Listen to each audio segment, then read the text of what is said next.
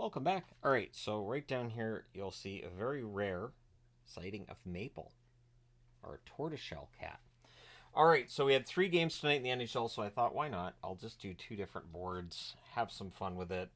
Not the most exciting night of hockey, to be completely honest, but hey, let's go through it. Starting with Vancouver and Washington. Lankinen versus Thompson in this one. Early press by the Caps. Wilson fires one wide. The Canucks clear. Most of the early play was in the Canucks zone during this one. The teams trade rushes. The Canucks press 4 minutes into the period.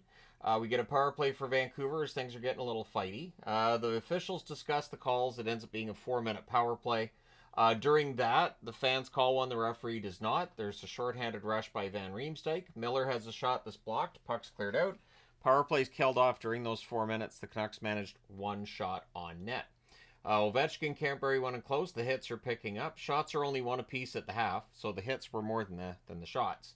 Power play for the Capitals, early clear and then another. There's a near miss for Wilson on a tip. Power plays killed off. Mangiapane's denied after. The Canucks press with 7 minutes left. The shots are 5-3 Washington with 5 minutes left. More pressure by the Capitals with 2.5 minutes left. The fans try calling another penalty. Referee just not listening. And at 19:27, Washington opens the scoring. It's Dubois from Roy and McMichael. He buries a rebound. That is the McNugget minute. So even though I was watching Sportsnet, I still got the McNugget minute on there. I know that if a goal is scored in the final minute, with a minimum order, the next day you get a 6-pack of nuggets for free. So there you go. It's 1-0 after 1. Second period, Hughes is denied on a rush. Strome to Ovechkin gets picked off. Gets pushed on a hold by Lankinen. Canucks press at 2.5 minutes. They're kept to the outside. The Caps have a 3-on-2 that misfires, but they have some pressure after. Shots are 3-2 for Vancouver, 5 minutes in. The Caps press at 7 minutes. Teams trade turnovers. Heinen has a wrister that's held. We get some pushing. Then the teams trade rush chances. Suter can't bury rebound and close. Chychrun has a shot that's kicked aside as the Caps press. Besser has a net drive that's held. Sherwood has a chance that's blocked on a 3-on-2. Hughes is then denied before Garland is denied after that. With 2:09 left, the Canucks get a power play, and they score on it in their own McNugget minute. Not that we get McNuggets here because Canucks are cheap. Garland gets the power play marker. He buries a rebound and close from Hughes at 19:23. That ties the game at 1. Third period, delay of game gives the Canucks the early power play. Miller to Besser, there's a near miss there. Back-to-back clears by Washington. That power play's killed off. 4.5 minutes in, there's 1 shot on net. It belongs to Vancouver, so it was a little bit slow. McMichael has a sharp angle shot that's saved. We get a power play for the Capitals. Wilson has a stick tied up on a chance. The Caps cycle. Chychrun's denied in close. More cycling. Power plays killed off. And so the Caps were 0-for-2 at that point. Caps press at 9 minutes. The Canucks block. Teams trade rush chances. Caps press with 6.5 minutes left. Lekaramaki is denied on a rebound. There's some pressure by Vancouver. Soucy then prevents a goal by Mangiapane. The ref is told that he sucks on a call that the fans wanted. Caps press with 1.5 minutes left. Juleson and Wilson chirp at the horn. Both of them go to the box to start what is, of course, the overtime, also known as where the Canucks go to, lose. Caps control early. The Canucks steal. Besser has a shot that's blocked. The Caps ice the puck. The Caps then take over on the next faceoff. Chychrun has a shot that's saved. Ovechkin has a one-timer saved as well. Dubois' chance that's held. Chychrun's denied on a breakaway. And then the Canucks turn it over again, because why not? Dubois scores from Protas at 4:19. The Capitals win this one in overtime 2-1. Caps go to 27-10-4. Vancouver's 18-12-10. Even the Islanders are looking at this and going, that's kind of ridiculous. They're on pace for more than 20 overtime and shootout losses. But don't worry, they're still 6 games above NHL 500. So, yay. In reality, they've won 18 out of 40, but they've only lost 12 in regulation, so yay. All right, shots on net. 6-3 Washington in the first, 21-5 Vancouver in the second, 6-2 Vancouver in the third, and then Washington wakes up in the overtime. They outshoot Vancouver 5-1, including the shot that matters. Final shots 31-18 for Vancouver. Power plays Vancouver 1-for-4, Washington 0-for-2. The hits 27-20 for Vancouver. Lankinen 16 saves on 18 shots. Thompson 30 saves on 31 shots. Logan Thompson had an excellent night, but it just felt like the Canucks just kept handing here. Would you like the puck? They called for it. What am I supposed? I'm not going to be rude. I'm not going to be rude. He called for it, so I passed him. It's not my fault he's on the other. Anyways, all right, moving along. The Colorado Avalanche and the Chicago Blackhawks. So it's Minor versus Mrazek. So Minor gets his first NHL game, and if you're going to give him his first NHL start, starting him against Chicago makes sense because Chicago, of course, at the bottom of the NHL standings at this point. Early press by the Hawks. Kaiser has a shot that's held. Shots were 3-2 Chicago at 3.5 minutes. So I thought it was good for Minor that he got a feel of the puck and he had those shots early. I actually thought that was a good thing. The Avs press at 4.5 minutes. McKinnon to Rantanen, near miss there.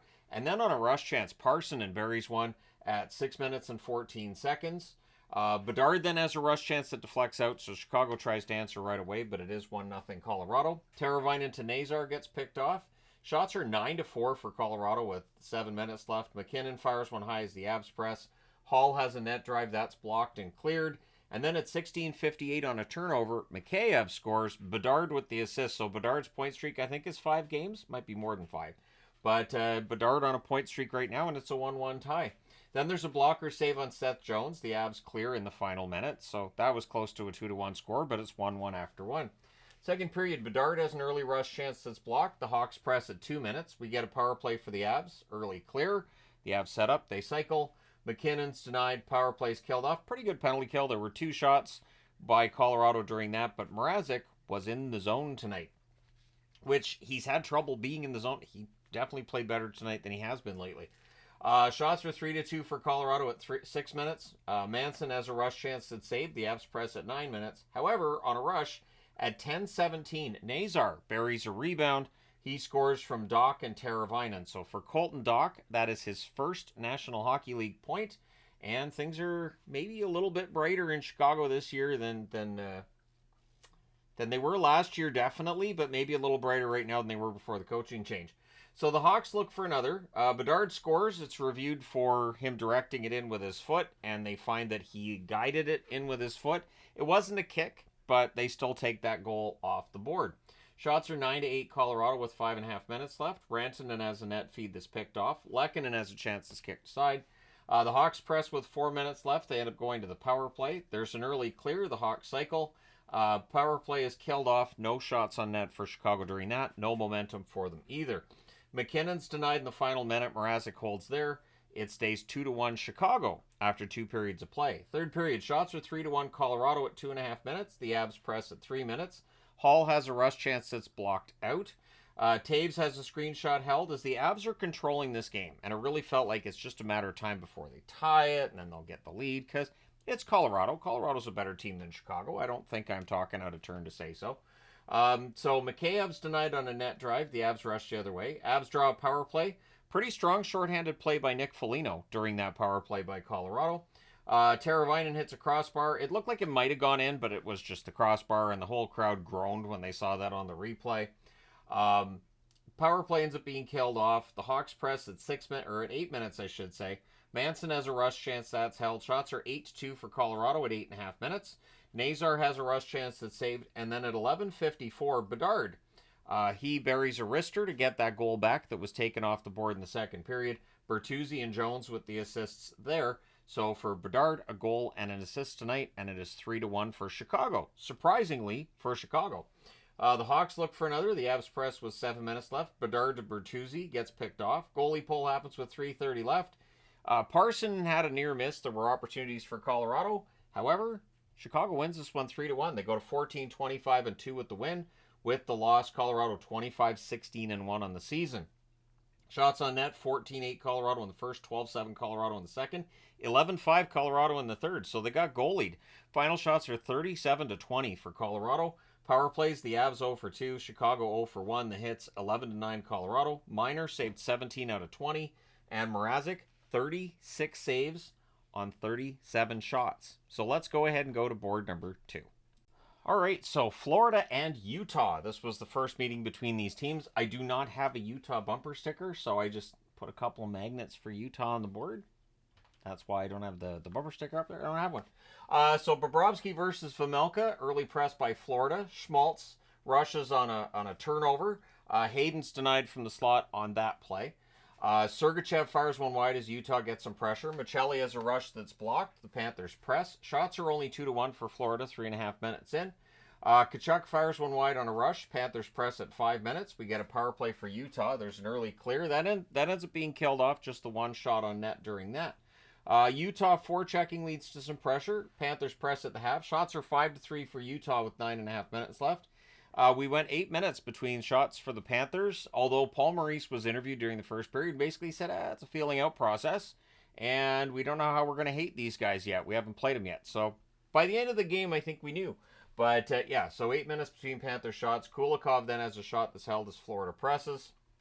Utah gets some pressure with 4.5 minutes left. Bennett fires one wide on a rush. And to be honest, that first period, it wasn't the most exciting period of hockey I've watched this season. So it's scoreless after one. Second period, there's an early power play for Florida. Ekblad has a shot that's blocked. And then at 1:05, Reinhart buries one from the inner slot. It was a good cycle. Tkachuk and Barkov with the assists. It's 1-0 for Florida. Panthers look for another. Schmidt has a one-timer that's held. Stenlund has a rush chance that's defended. Shots are 3 apiece at 5 minutes. The teams trade rushes. There's a near miss by Hayden from the slot. The Panthers press at 7 minutes. There's a near miss by Verhaeghe during that. Shots are actually 8-4 for Utah at 8.5 minutes. I was confused, and it did say the scoring chances were in favor of Utah, but I thought Florida had the puck most of the time, so I guess Utah was just better at generating good opportunities in that second period. Bobrovsky pretty sharp in this game, making it look easy too, right? Ekblad has a shot that's held. The momentum, I thought, was with the Panthers. McBain has a rush that leads to a brief press by Utah. The teams trade rush chances. Panthers press with 7.5 minutes left. Things are pushy on a hold by Bobrovsky. Lundell fires one wide as Florida gets some pressure. Barkov then has a net feed. That's held. The shots were 14-12 for Utah with 4 minutes left in the period. So a lot of chances on net. Both goaltenders really sharp in this one. Keller has a final minute net drive that's held. It's 1-0 Florida after 2. Third period. Early jump for Florida, and at 1:48, Jesper Boqvist wires one from the high slot. Verhaeghe and Lundell with the assist. So Jesper Boqvist continues to be productive in that bottom six for Florida, and it's a 2-0 lead. Utah looks to respond. Florida presses at 3 minutes. We have a new near miss by Luostarinen. Shots are 4-0 for Florida at 5 minutes. O'Brien has a sharp angle shot that's held. There's some pushing there. We get a power play for Utah. They cycle. Cooley has a shot that's blocked and cleared. Power play's killed off. 2 shots on net. Michelli fires one wide after the power play comes to an end. Utah goes back to the power play. There's an early clear and then another. Cooley ends up hitting the post. There's a near miss for Gunther on a one-timer. Cooley had a weird chance he tried to in the third period. We're on a rush. He just turns his back and he puts the stick between his legs and tries to put it in. Like, it's one of those things that has very much a Sweet Georgia Brown sort of Harlem Globetrotters feel. There it is. It's up here somewhere. But anyways, so Gunther and Cooley, productive young forwards, and creative young forward and Cooley as well. The ref is told that he sucks during a power play as the Utah fans wanted a 5-on-3. Instead, Florida kills it off. Things are punchy as another call is made. Utah's going to their 4th power play, and they score on this one. At 13:41, Cooley roofs one from the side of the net. Keller and Sergachev with the assists. It is now 2-1 in favor of Florida. Utah then presses to tie it. Verhaeghe has a rush chance that's held. The goalie pull happens with 2:15 left as Utah gets some pressure. And at 17:59, Jesper Boqvist from in front of his own net, he gets it into the empty net. Forsling with the assist. So you pull the goalie again, and at 19:38, Luostarinen hits the empty net to make the score 4-1, a little more lopsided than it would have been without the empty netters, of course. Florida goes to 25-15-2 with the win. With the loss, Utah 17-16-7. They're struggling to produce. Shots on net, 7-4 Florida in the first, 17-13 Utah in the second, and then 13-6 Florida in the third. Final shots 33-27 for Florida. Power plays, Florida scored on the only one they had. Utah was 1 for 4. The hits 34-26 Florida. Bobrovsky saves 26 out of 27. Vejmelka saves 29 out of 31. With all the time that I had too, I've got boards set up for tomorrow night's games. I've already got the preview board. I've got all the logos on the preview board for Friday, Saturday, and Sunday. So I had some time to get ahead of myself a little bit. Anyways, there you go. Let me know your thoughts in the comments section below as always. Don't forget to hit like and subscribe in the event you may not have done so already. But yeah, another Wednesday in the books, and tomorrow is a 10-game night, so definitely won't be boards like this I'm using for that. But But thanks for your support. Thanks for watching. It's greatly appreciated. I will talk to you again soon.